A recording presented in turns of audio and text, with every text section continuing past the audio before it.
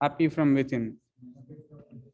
Anta aramaha, active within.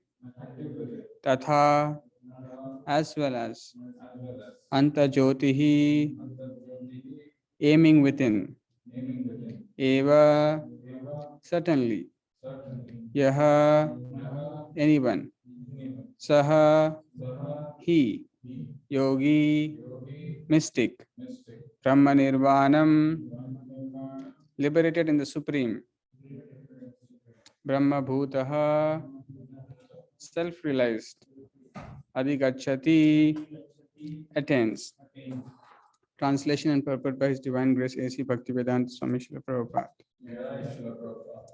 Translation. One whose happiness is within, who is active within, who rejoices within, and is illumined within, is actually the perfect mystic. He is liberated in the Supreme, and ultimately he attains the Supreme. Translation with repetition. One whose happiness is within, who is active within, who rejoices within, and is illumined within, is actually the perfect mystic. Is liberated in the Supreme, and ultimately he attains the Supreme. Purport by Srila Prabhupada. Unless one is able to release happiness from within, how can one retire from the external engagements meant for deriving superficial happiness? A liberated person enjoys happiness by factual experience. He can therefore sit silently at any place and enjoy the activities of life from within. Such a liberated person no longer desires external material happiness. This state is called Brahma Bhuta, attaining which one is assured of going back to Godhead, back to home. Thus ends the Transcendental Bhaktivedanta purport. Om Ajnanathmirandasya Jnananjanashalakaya Chakshurunmilitam Yena Tasmai Shri Gurave Namaha.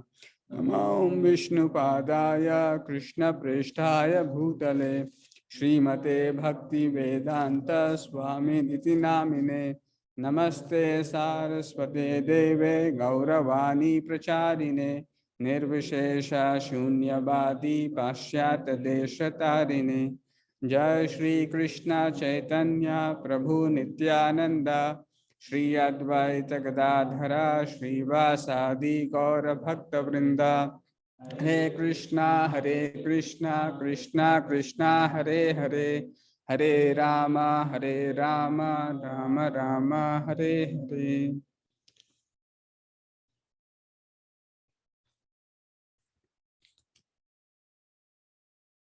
So before we come to this verse, let us just briefly look at the last verse that we did.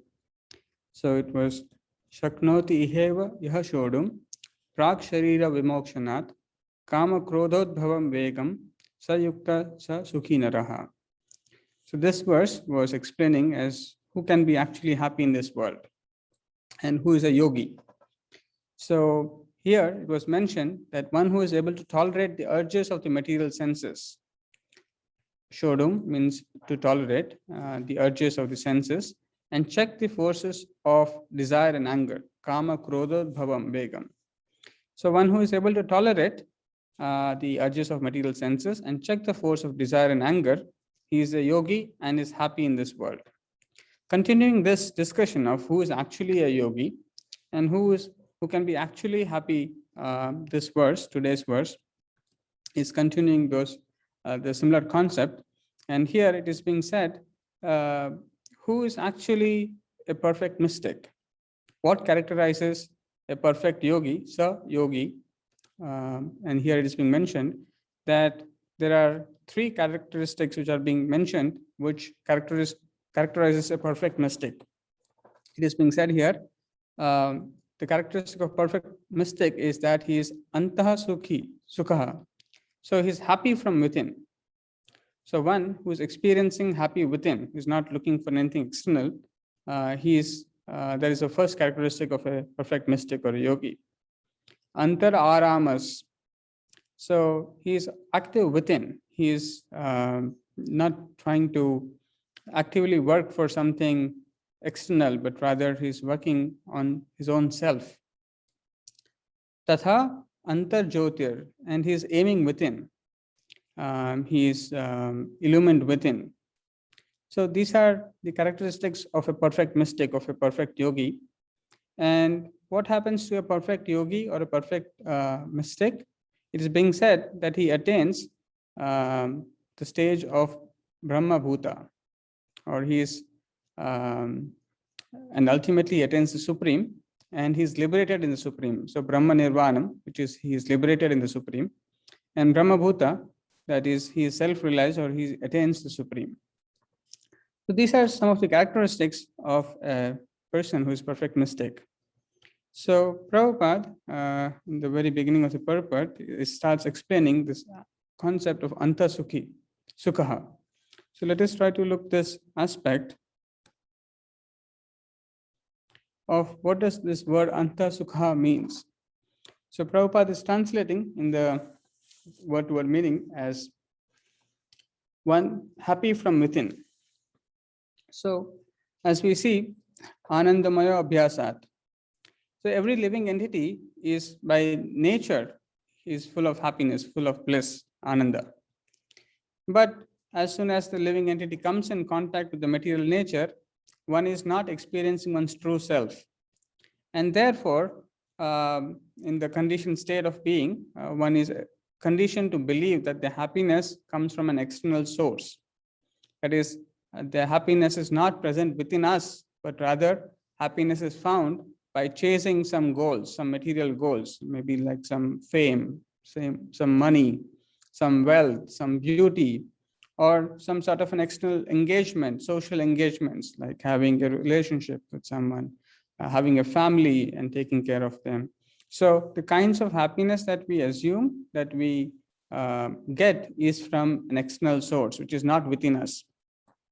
So this is the normal conception, that is, as we see, Prahlad Maharaj saying that Ate vidu swadagatim hi Vishnum durashaya hi bahirardhamaninas. So bahirartha. So one is antar, and another is bahir. So who do not know that what is the goal of ultimate goal of life. So they are bewildered by the external arrangements, the external hopes, that there is some hope, durashaya. So one endeavors to find things externally. Now, in this meaning, in this word, antaha, what does it mean? What does it refer to? And how does one find antah sukha, the happiness from within, is discussed throughout Bhagavad Gita. And also we saw just 2 verses before as how an intelligent man does not take part in sources of miseries. So, and those sources of miseries are nothing but the sources of happiness which one normally thinks that is derived from the contact of senses with sense objects. So, because this happiness which is deriving from the external objects, that is the senses coming in contact with the sense objects, they have a beginning and an end. So the soul, being eternal, does not want any kind of happiness which has a beginning and an end. And therefore, as soon as the temporary, momentary happiness vanishes, the living entity immediately finds misery. And therefore, it is mentioned, Yehi samsparshaja bhoga dukkha yonaya evate adi antavantha kauntaya nateshu ramate buddhaha. So a man of intelligence, he thinks, oh, no, this is not the kind of happiness that I want. And therefore, he restrains from taking pleasure in such things. Now, Prabhupada defines anta sukha in various places in different ways. And Prabhupada also sometimes translates this as transcendental happiness. Happiness which is not derived from matter, but happiness that is derived from self-realization or by rendering transcendental devotional service to the Lord.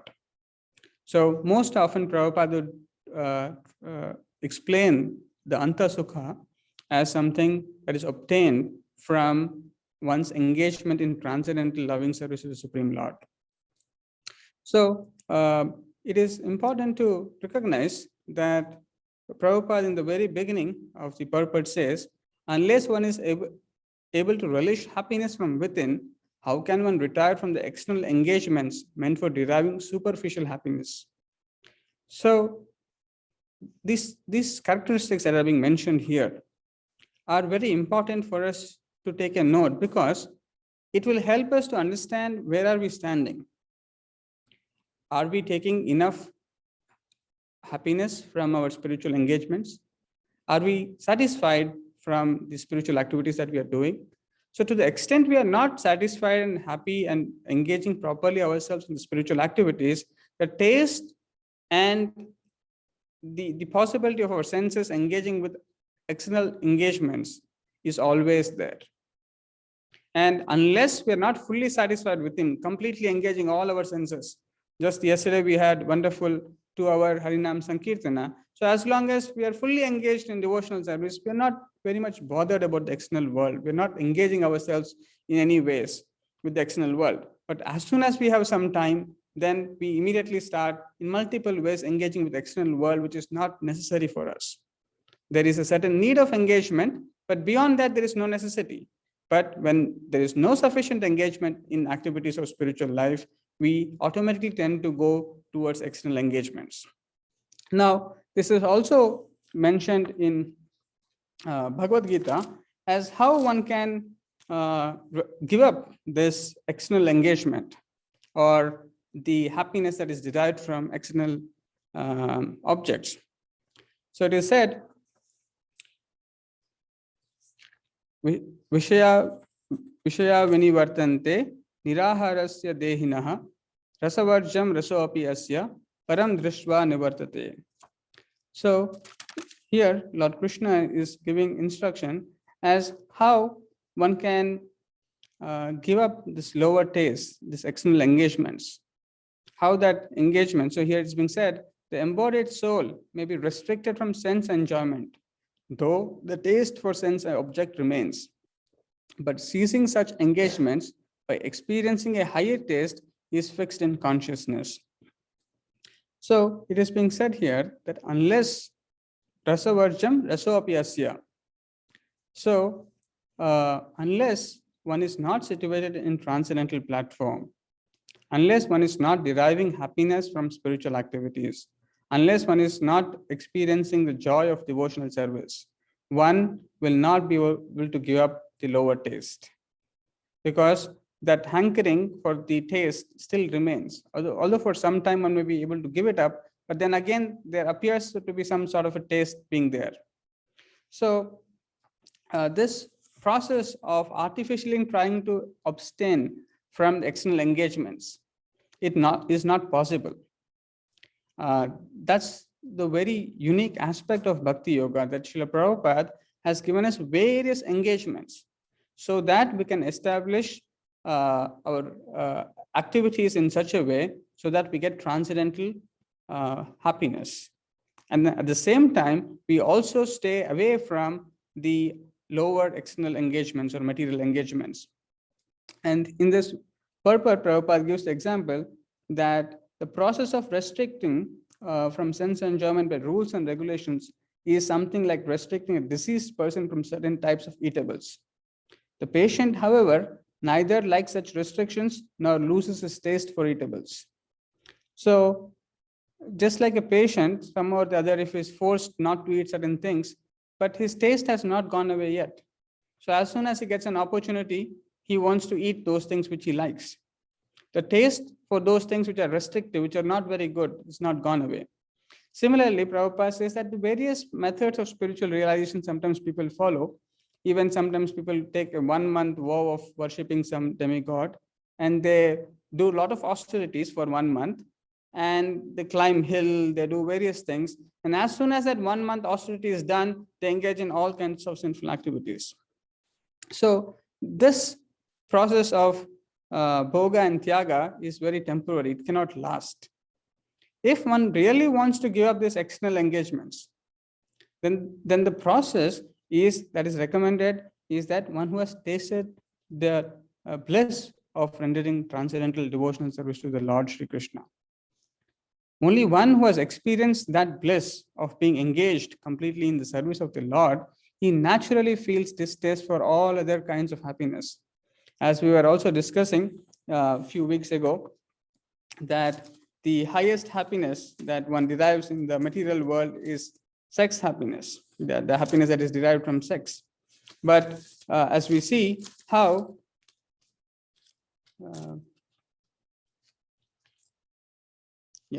how Yamunacharya, the great devotee, says, Yadavadi mama chetta Krishna padara vinde navanava rasa dhamnudhyata rantum asit.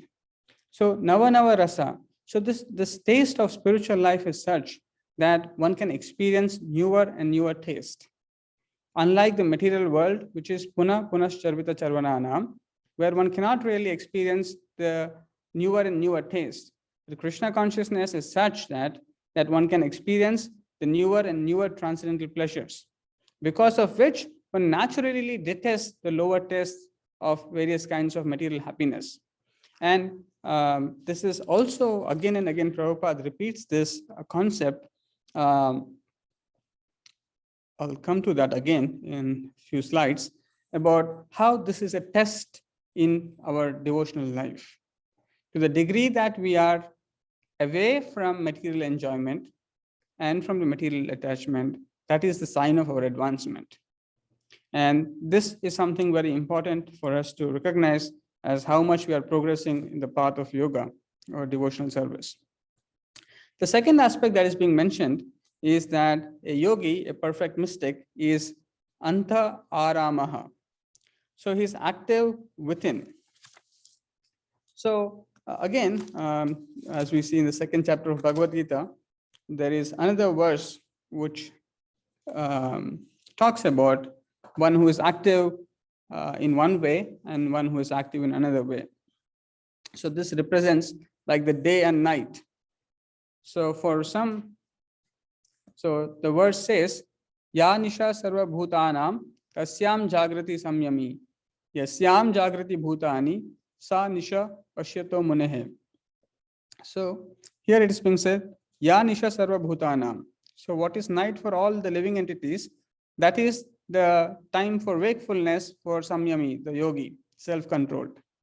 Whereas what is the day for all the living entities? That is night for the sage or the introspective sage. So Prabhupada explains that there are two classes of intelligent men. So Prabhupada says that one class of intelligent men are engaged in material activities, and they try to derive happiness out of it. And there is another class of men who are called the introspective sage. So Prabhupada actually, even in the lecture that he gives, he re-emphasizes this word called introspective sage. And so what is day for the normal living entities is night for the self-controlled or introspective sage, and vice versa. So what does it mean? So Prabhupada says, in the matter of enjoyment, the materialist, the karmi, he is thinking that by engaging in various sorts of sense gratificatory things, I'll find happiness and peace. And the self-introspective stage is thinking, oh, what kind of a foolish person are you? You are trying to find happiness where there's no happiness. You're trying to beat an empty husk. If you beat a poor man and ask him for money, from where will he give money? In fact, I just recently came across an article which said that the Americans who left Afghanistan and Iraq, they tend to take many people into the prisons and severely torture them. So it seems that now after they left those places, the reporters could go and see there, and they found that the prisoners, they said that they tortured so many people, but they never got any information out of them. Then the reporters began to question why, in spite of so much torture, they did not give any information. It seems that they didn't have any information. They just caught some random people. So if you catch random people, and even if you punish so much, you may not get any information. And similarly, just like you beat a poor man and ask money from him, he will not be able to give. Similarly, the sage thinks that these people are working so hard and they're not getting anything which is valuable. So why are they working? So in that sense, the work of these people, materialists, the sage thinks is full of waste, is a darkness, is of no value. Similarly, the materialist thinks, oh, what are these people doing? These people are singing and dancing, and they're doing something. They're not enjoying their life. They're, some sort of secluded and things like that. So he's thinking that from his perspective, he's thinking that these people are not really experiencing real life. So in this sense, there is this difference between what is day and night. So Prabhupada says that, so this introspective sage, he actually experiences transcendental pleasure, anta sukha. So because he's experiencing transcendental pleasure, he is able to sustain his activities of spiritual advancement. So a materialist cannot sustain his activities for long, because very soon he wants to change from one to another, because he cannot find the anta sukha, the real happiness, that the standard of happiness one is qualified to achieve, the standard of peace and satisfaction one is capable of achieving, a materialist cannot achieve. And therefore, he cannot sustain his activities for long. And therefore, he tries to do multiple things or change from one to another, or find different ways to get something, but still he is unsatisfied. But on the other hand, Prabhupada says that the sage feels transcendental pleasure in the gradual advancement of spiritual culture. And therefore, he can remain indifferent to this materialistic happiness and distress and still continue his activities of spiritual advancement. So Prabhupada says, the introspective sage goes on with his self-realization activities undisturbed by material reaction. So this is very interesting point. He goes on with his self-realization activities undisturbed by material reaction. So this is the quality of a sage. So he's so much driven inward. He is so much engaged with his devotional service to the Lord. He is so much engaged in realizing the real self, in engaging the activities of the self, that he is not bothered about other things. And therefore, he is able to move forward. Whereas the materialist, he sees that this is of no value because he does not understand the concept of transcendence. He does not understand the concept of transcendental happiness that one can derive. So these are some points that we could see from the idea of who is an anta sukha and who is anta aramaha, who is active from within. Similarly, Srila Rupa Goswami in Bhakti Rasamrita Sindhu categorizes happiness from different sources. And he broadly classifies into three categories: happiness derived from material enjoyment, happiness derived by identifying oneself with the Supreme Brahman, and happiness derived from Krishna consciousness. So, and similarly, this categorization is also explained by Prabhupada in the purports of Chaitanya Charitamrita and other places, where Prabhupada also elaborates on if one takes the standard of happiness of material enjoyment, if one multiplies that by millions of times, one may compare that to the happiness of identifying oneself with the Supreme Brahman. And similarly, when that happiness, which is derived out of identifying oneself with Supreme Brahman, is multiplied millions of fold times, then that is comparable to the happiness derived from Krishna consciousness. And even further, more than that, it is also explained that only that the happiness derived from Krishna consciousness is actually eternal. The other two kinds of happiness are not eternal. And therefore, the spirit soul never feels satisfied. The spirit soul is, it can only find satisfaction when it derives true happiness from Krishna consciousness. And it is very important to recognize that this transformation of consciousness is the key. And as we see, Vairagya Vidya Nija Bhakti Yoga. And in that translation of the word Vairagya, Prabhupada writes, detachment from all activities that do not help one elevate in Krishna consciousness. So basically, we have to be very, very careful that are we abstaining from things? Because unless we don't abstain from things, which are not helping us progress in Krishna consciousness. We are identifying with happiness of one or two and not with the third category here. So it is very important to see where are we trying to find happiness. And Prabhupada says again and again that the standard of happiness is the happiness that is derived from Krishna consciousness. Rest all are not real standards of happiness. So in comparison to that happiness, there is no value. The devotees of the Lord, they see that the only pleasure that is truly actually bliss or happiness is to be always engaged in the service of the Lord, always hearing the glories of the Lord. And therefore, they do not find pleasure in anything else. So this is another thing that we need to take note here about how devotees find happiness. And this is another beautiful verse which says of a person who is actually deriving happiness. What does he do in devotional service?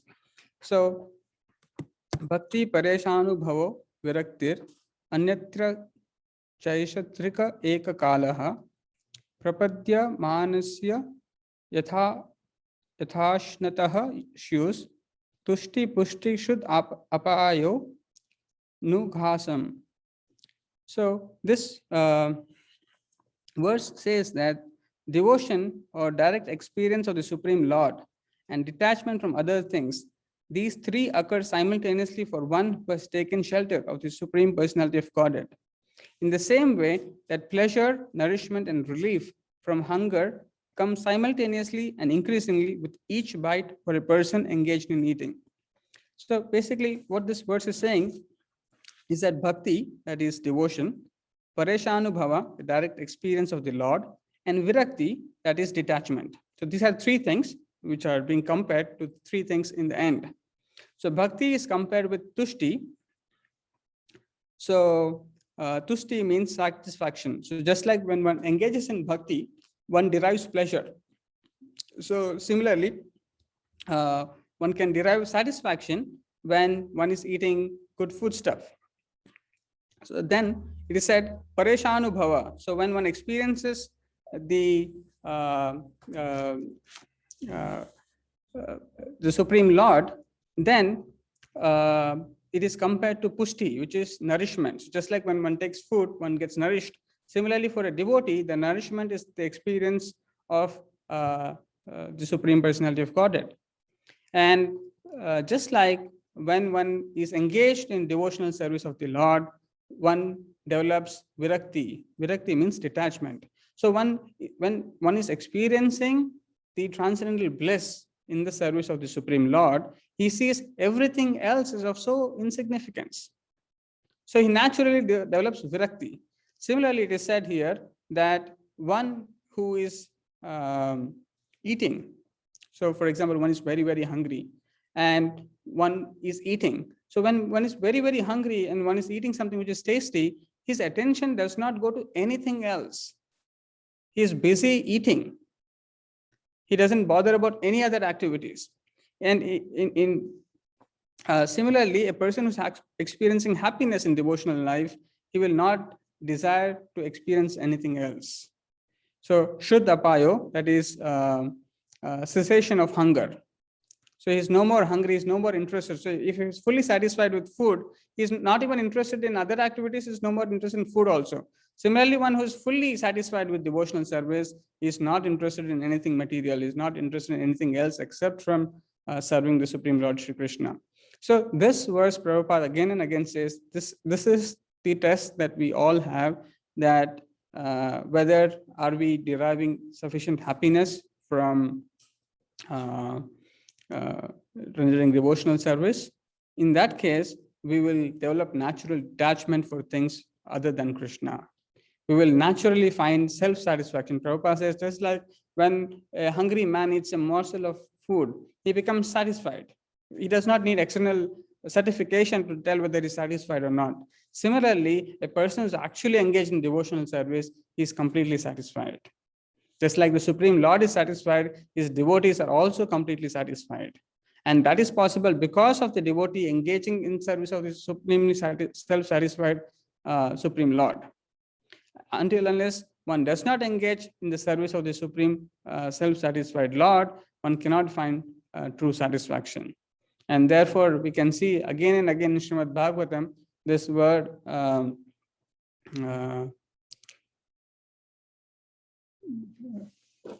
what is this word that is used for satisfaction?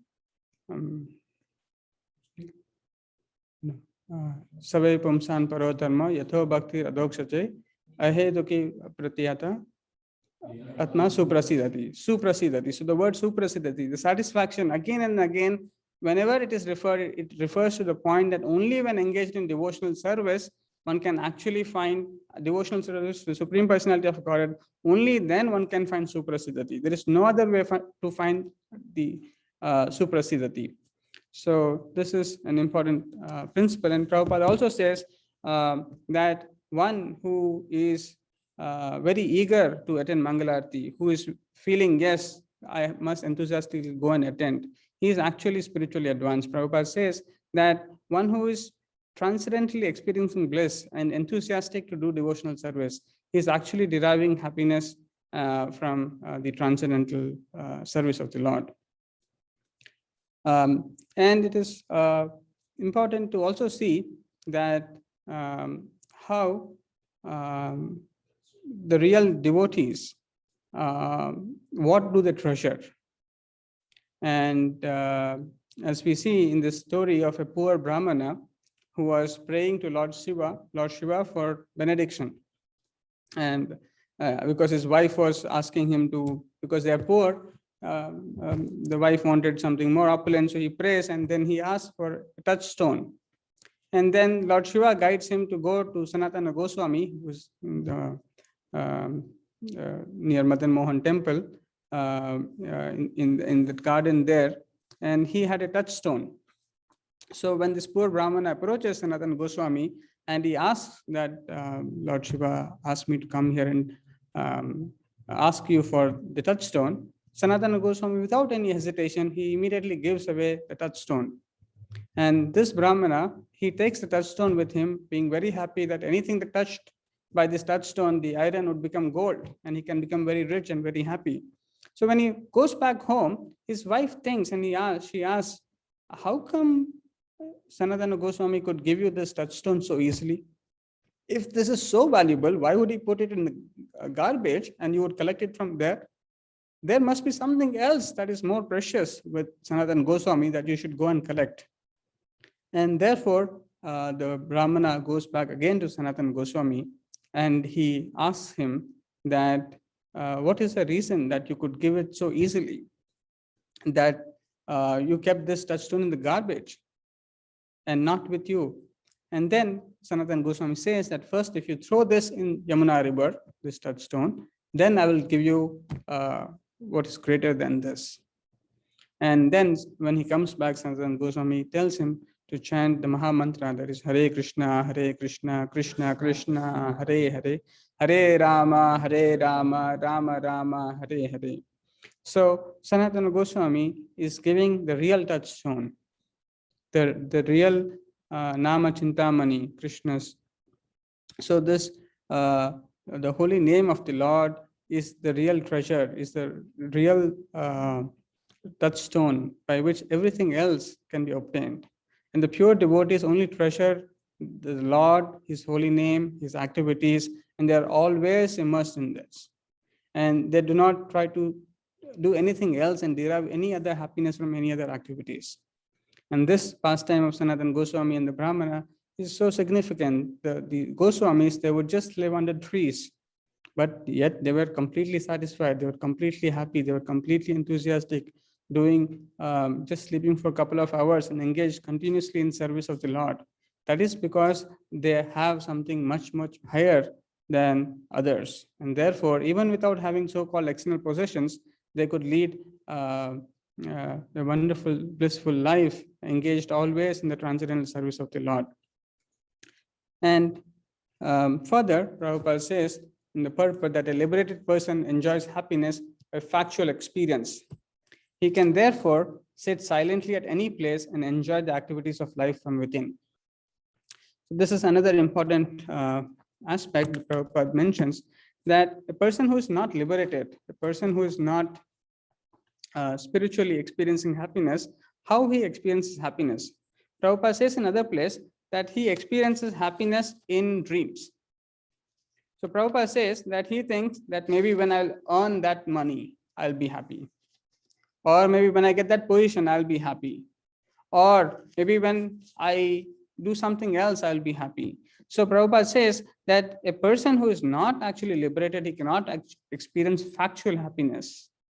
He cannot get the factual experience. He's only contemplating, he's only hoping. So there is some sort of a hope happiness, or there's some sort of chase happiness, but there is no real happiness in hand. So any person who has achieved even material happiness, he doesn't actually have the real understanding of what is factual experience of true happiness, or the happiness by factual experience. And as it is said in chapter 9, the most confidential knowledge, Rajavidya Rajaguhyam Pavitram Idam Uttamam Pratyaksha Avagamam Dharmyam Susukham Kartu Avyayam. So here, in this chapter of the most confidential knowledge, so here the description of king of all knowledge, the secret of all secrets, Rajaguhyam, Pavitram Idam Uttamam. It is the purest knowledge because it gives direct perception of the self by realization, and it is perfection of religion. It is everlasting and it is joyfully performed. So here in this chapter, as we see, Rajavidya, the most confidential knowledge. So simply knowing that body is different from soul. So that is some sort of confidential knowledge. But there is no positive knowledge about what the ultimate knowledge is. So the ultimate knowledge of knowing that the activities of the spirit soul, the activities of engaging in devotional service, that constitutes the highest knowledge. And what happens when one is engaged in the acts of devotional service and the activities of the spirit soul, one finds by direct perception the self.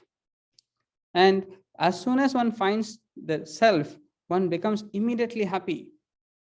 The real problem for unhappiness, as we see, shoka, moha, and bhaya, is because of misidentification with this material world. And whereas as soon as one identifies oneself with one's true self, immediately one experiences the spiritual happiness. And here it's been said, it is the acts of spirit soul or the devotional service are performed joyfully, susukham kartum avyayam, and they are everlasting. So they never end. The joy of spiritual happiness, as we see, anandam buddhi vardhanam. So the happiness that is derived from spiritual platform, that is the quality of that happiness is that it never decreases. In fact, it increases. Just like there is an ocean which is unlimited, you draw water out of it, there is still sufficient water enough to draw again water out of it. Whereas in this case of the spiritual happiness that is derived from spiritual activities, the devotional activities, the ocean of happiness tends to even increase. That means as much as we draw, there's an increased amount of happiness that one can derive. So unless one is not one is liberated, one cannot factually experience one cannot experience happiness by factual experience. One is only dreaming in different ways that one is happy or will become happy, or in some sort of conception of happiness, but not experiencing happiness. So in short, it is important to also note that Prabhupada in this purport is also saying about Brahma Bhuta. So one who is a perfect mystic, he attains the state of Brahma Bhuta. So Brahma Bhuta, as we see, Brahma Bhuta prasannatma na sochati na kankshati. So one who is self-satisfied. So self-satisfied means he is in the present. He is no more thinking about future and past. He is no more thinking that in the future I want something. Oh, I need to take care of that. I need that. There is no future planning. And neither is lamenting for something in the past. Because he's not one who's just like one who's fully satisfied after eating. He's no more hankering for something anymore. Even if you give some food, he'll say, no, I don't want. And he forgets about past hunger because he's now satisfied completely. Similarly, one who's actually satisfied by rendering transcendental devotional service, he is not worried. He's very, very equanimous. He is very, very satisfied in the present moment. He is there in the present moment. And he's relishing this transcendental service of the Lord. And he's further propelled to engage in the transcendental service of the Lord. So that Brahmabhuta stage is another criteria to see whether one is a yogi or not. Am I hankering for something else? Am I lamenting for something? So a quality of a spiritualist is self-satisfied. He's a transcendentalist, a pure transcendentalist engaged in transcendental service of the Lord. He's not hankering anything for his own personal self, because he's completely self-satisfied. And because he's completely self-satisfied, he is completely peaceful. Unless one is not completely satisfied, one cannot be peaceful. And one who is not peaceful cannot lead a happy life. And therefore, these verses, which are explaining the qualities of a person who is advanced, who is mystic, and who attains the Supreme, are important for us to reflect upon and see how we are making progress in our devotional life. I'll stop here and see if there are any questions or comments.